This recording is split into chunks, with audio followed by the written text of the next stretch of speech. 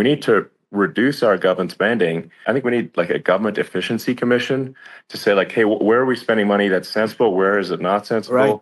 And we need to live within our means. We're currently adding, I think, $1 trillion to the deficit roughly every 100 days. That's right. The interest payments on the national debt have now exceeded the defense budget. It's on the order of $1 trillion. It's interest, and it keeps growing. Sure, this basic thing, which that people try to make it sound complicated, but it's not. But inflation is caused by government overspending. Right. Would you agree that we need to take a look at government spending and have perhaps a government efficiency commission tries to make the spending sensible and so the country lives within its means, just like a person does? The waste is incredible. Nobody negotiates prices.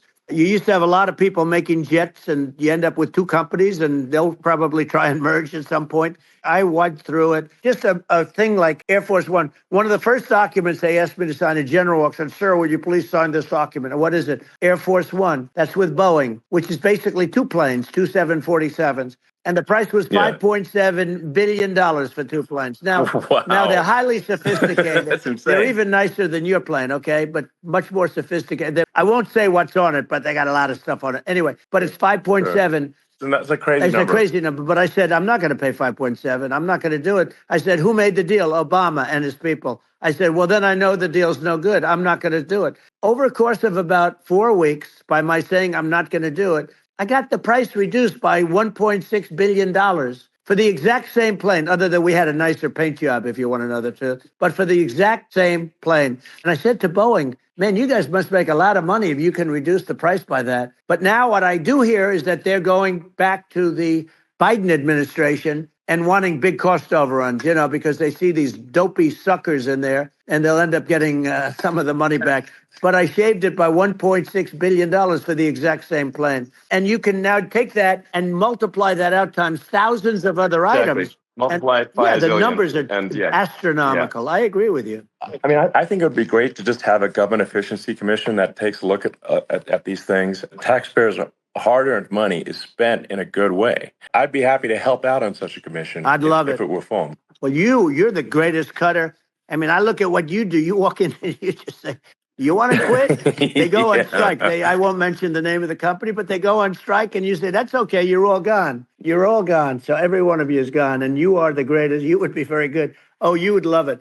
Well, I'd be happy to help by the way, out. Congratulations. I just looked at the number of people that are listening to you and I chat. We'll call it a chat. Congratulations. This is very good. I mean, it's great. And you're an interesting character. The new head of a place called Argentina, he's a big, he's great. And he's a big MAGA fan. That he ran on MAGA. He took it to an extreme, too. He ran on MAGA, and I hear he's doing really a terrific job. It's called Make Argentina Great Again. It worked out perfectly. He came in, he bought a lot of hats. He brought everything. He's doing a big job. He really cut. And I'm hearing they're starting to do pretty well. Inflation's getting down. They had like 2,000%. And they had inflation like not normal inflation. They had the real deal. We're going to have that pretty soon. I think we have the worst inflation we've had in 100 years. They say it's 48 years. I don't believe it. They don't include a lot of the items that should be included.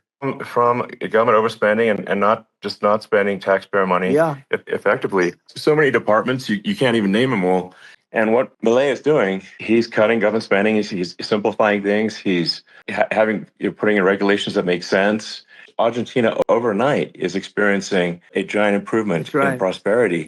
But it's also a lesson for the United States. Argentina used to be one of the most prosperous countries in the world. Because of bad government policy, it ruined the country. And if you take Venezuela, for example, Venezuela should be incredibly prosperous.